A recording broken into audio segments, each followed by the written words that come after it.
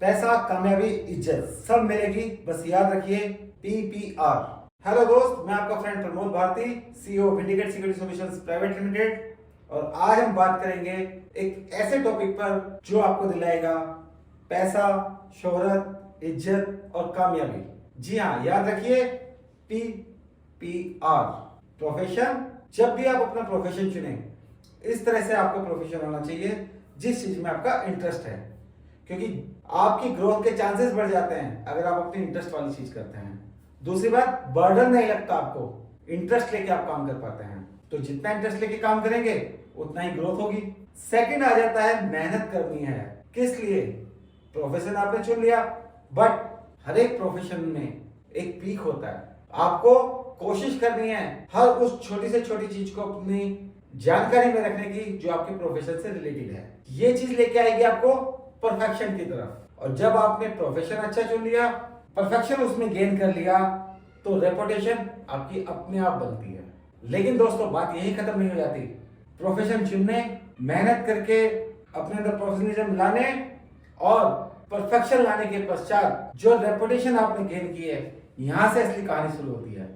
क्योंकि जितनी मेहनत आपने उस रेपुटेशन को गेन करने में लगाई है, उससे कहीं ज्यादा मेहनत लगेगी उस रेपुटेशन को मेंटेन करने के लिए। जी हाँ, मैं बिल्कुल सही कह रहा हूं।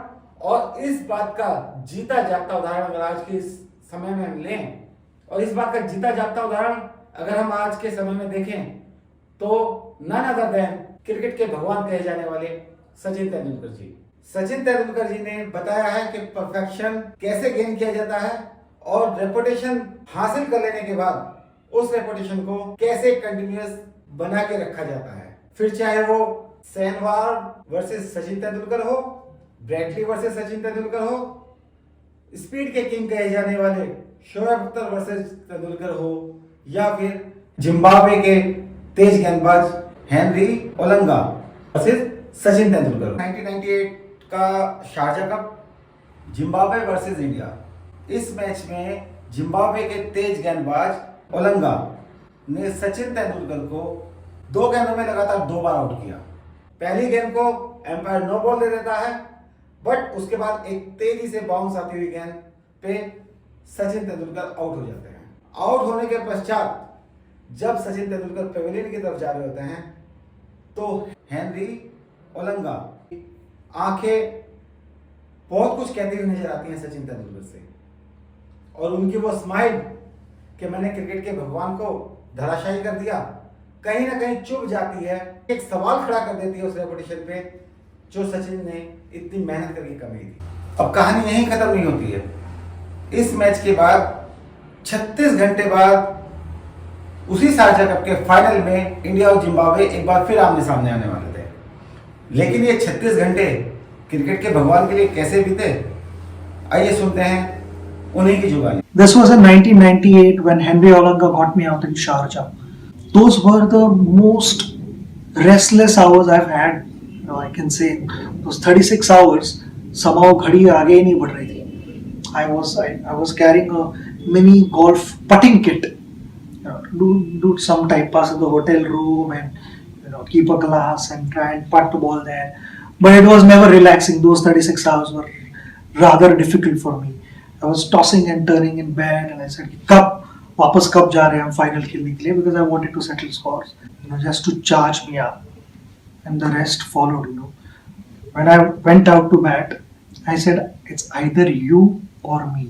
Both cannot stay in this ring. तो देखा आपने जुनून और हौसला किस तरह से काम करता है। इन 36 घंटों में जो सबसे ग्रेसलेस आवर्स सचिन ने खुद स्वीकार किए अपनी जिंदगी के, और डिसाइड किया था कि जब भी मैदान में होंगे या तो तुम या मैं, दोनों नहीं रह सकते। सचिन और ओलंगा आमने सामने हुए तो सचिन मानो उन पर कहर बनकर टूट पड़े। उन्होंने उस युवा तेज गेंदबाज की ऐसी धुनाई की कि एक कैरियर ही खत्म हो गया उसका। और इस रौद्र के पीछे क्या था? उन 36 घंटों में जबरदस्त तरीके से की गई मेहनत, उन 36 घंटों में अपने आप को एसेस करना कि मैंने कहाँ गलती की और मैं दोबारा उस गलती को ना करूं। और सचिन तेंदुलकर ने उस मैच में 92 गेंदों का सामना करते हुए 124 रन की नाबाद पारी खेली। वो अंत तक आउट नहीं रहे और जो लक्ष्य इंडियन क्रिकेट टीम को 50 ओवर में हासिल करना था, मात्र 30 ओवर में हासिल कर उन्होंने दुनिया को दिखा दिया कि उनको भगवान क्यों कहा जाता है। तो मैं आपसे कहना चाहता हूं, आप जिस भी प्रोफेशन में हैं, पहले उसमें परफेक्शन लाइए और परफेक्शन के बाद जो रेपुटेशन आप कमाते हैं, उस रेपुटेशन को मेंटेन करने के लिए और ज्यादा मेहनत कीजिए। मिलते हैं ऐसे ही एक अगले वीडियो में। तब तक के लिए take care, goodbye, have a good day, thank you.